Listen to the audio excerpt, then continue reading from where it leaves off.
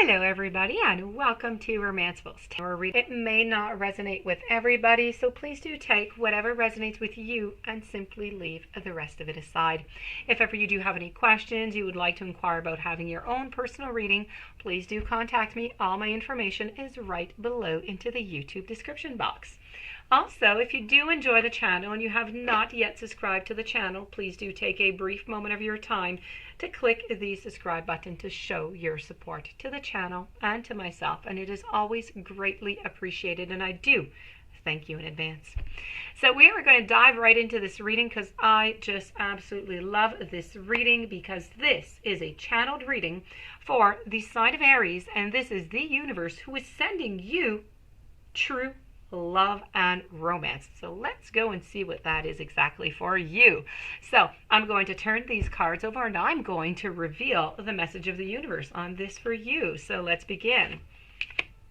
We're going to be speaking here about forgiveness, we're going to be speaking about abundance, and we're going to be speaking about resolving conflicts. So let's begin with abundance.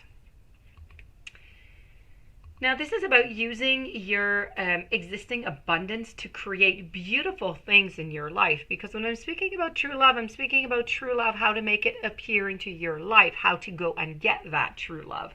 So use your existing abundance to create beautiful things in your life. And you are going to be rewarded in more ways than you can imagine.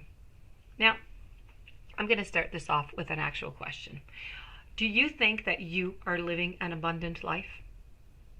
And if so, how do you measure abundance?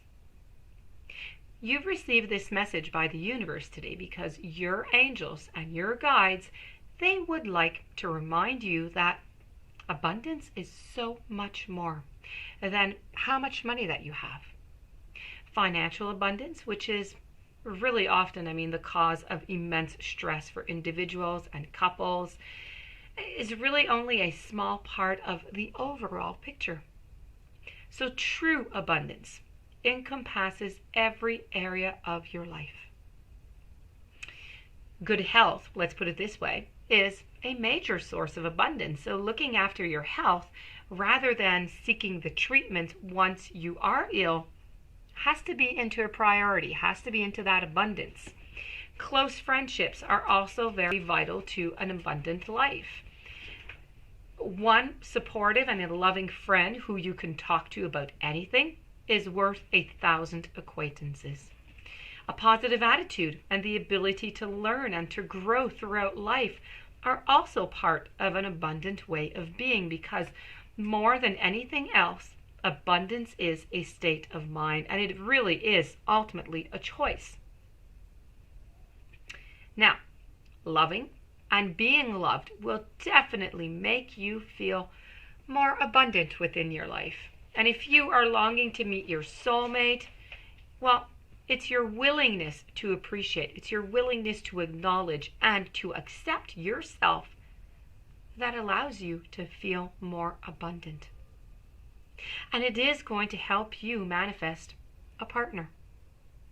So in a relationship, your abundance of health, your abundance of friendships and mindset are going to bring joy to your partnerships, as well as more love. Naturally, you are completely right, okay? Don't get me wrong on this. You're completely right to want to create a healthy level of material abundance also, and that's perfect. There's nothing wrong with being comfortable, so as long as you keep your pursuit of the material in perspective. You need to consider whether you want to discuss your salary and your bank balance on that very first date, or if you would rather talk about the wonderful hobbies that you have, the friends, the attitude that just makes your life rich, how much an attitude changes. Do you want your relationship to focus primarily on money, on property, or would you like to focus it to be on fun, to be on intimacy, and to be on mutual support? So you need to remember that to be abundant in the full sense of the word, it really means to be fascinating, to be lovable, to be creative, and to be resourceful. And so that is going to be your first way. So let's continue now with the following message. And my following message is about forgiveness. This is about forgiving yourself, also.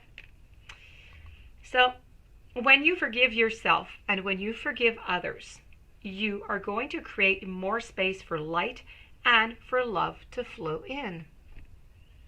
Now, the quickest way to reconnect with your greater sense of personal worth and to let more love into your life is to forgive yourself, but completely.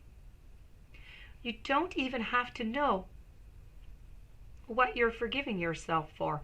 The angels, they understand that feeling guilty is about a whole array of things, and that has been going on, and it's been an ongoing part in our lives now. And they say, you know what? It is simply time for you to let that go.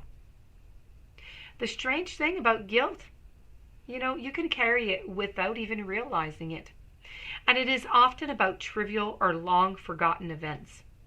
So I'm going to give you a little mantra. It's going to seem really simple, and you're going to say, that is so simple, that's not going to work. But no, believe me, okay? The vibration of the words that I'm going to tell you are going to flow through you, and it is going to do you some good. You need to believe in it, and you need to take some nice deep breaths, and you need to say, I forgive myself. I forgive myself. I forgive myself 3 times, and finish it up with I am forgiven. Do that with a lovely breathing technique, and you will be off to get that gold. Okay? Forgiveness is synonymous with love. It's with acceptance. It's with nurturing. It's with spirit. It's with maturity. Because in reality, none of these energies are really separate one from another. They all work together. So the uplifting vibration generally and gently and gradually is going to dissolve all that guilt, all that self-blame that you might have stored in your physical cells. So your chakras and your energy field or your aura. So letting go of these old energies is a relief. And as this darkness disappears, it creates space for more light and love to flow in. So the more you use the mantra that I gave you, the lighter and the brighter you are going to feel. But really, literally, most people think that forgiveness is about forgiving someone else. But when you start with self-forgiveness, you quickly feel more lovable, and you find it so much easier to accept others and to forgive willingly when you need to. So this is going to create space in your life for more joy and a deeper personal connection. Let's move on over to your final message, and your final message is about resolving conflict. You need to embrace this opportunity to create a greater understanding and a connection with your beloved. So misunderstandings, disagreements, arguments, and conflict, they can be very distressing into a relationship, especially with someone that you really do love. Now, whether we like it or we don't, conflict does occur. Even people who are extremely compatible, they have conflict. For most people, it is impossible to avoid that conflict in a relationship. So what do you think the solution might be? Conflict actually presents really an amazing opportunity. Whatever is challenge turns into a blessing.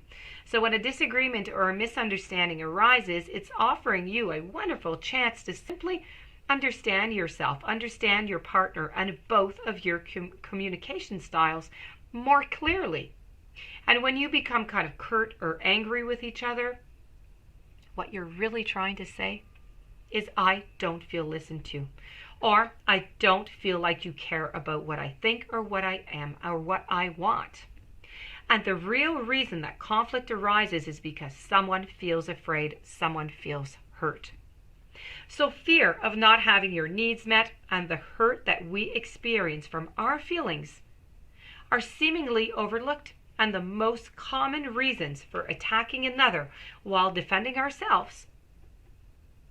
You receive this message because you're healing. You need today, because healing your fears of any type of conflict is going to benefit the quality of your future and your existing relationships. Being human means that you are going to occasionally experience conflict, whether you see yourself as the passive or as the aggressive one, the victim or the perpetrator. It doesn't really matter which side you're on.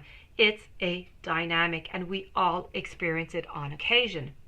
So next time you find yourself in a disagreement with someone, don't run away, don't ignore it, don't become aggressive. Embrace the opportunity to understand them, to understand yourself and the situation, but more clearly. The key to unlocking the grip of conflict and shifting the conversation to a healing level is asking, what do you really mean by that? It's a non-confrontational way of opening and while creating a space for people to express themselves, but truthfully, and discover the real issue at hand. So asking this question in a calm manner makes it clear that you genuinely want to know. And when you ask, what do you really mean by that? Your supposed adversary is going to begin to understand that you care, and you care about the resolution, the healing, and the mutual satisfaction of both. So this does conclude, my dear friends, your reading with the universe on true love. So what you have to work on is that abundance, that forgiveness, and that type of resolving conflict. If you do have any questions, you would like to have your own reading, you can contact me. You know how to do so.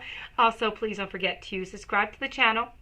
Stay tuned for any following readings and have yourself a beautiful day. Thank you for being there. Thank you for listening as usual. And I will see you tomorrow with a new message.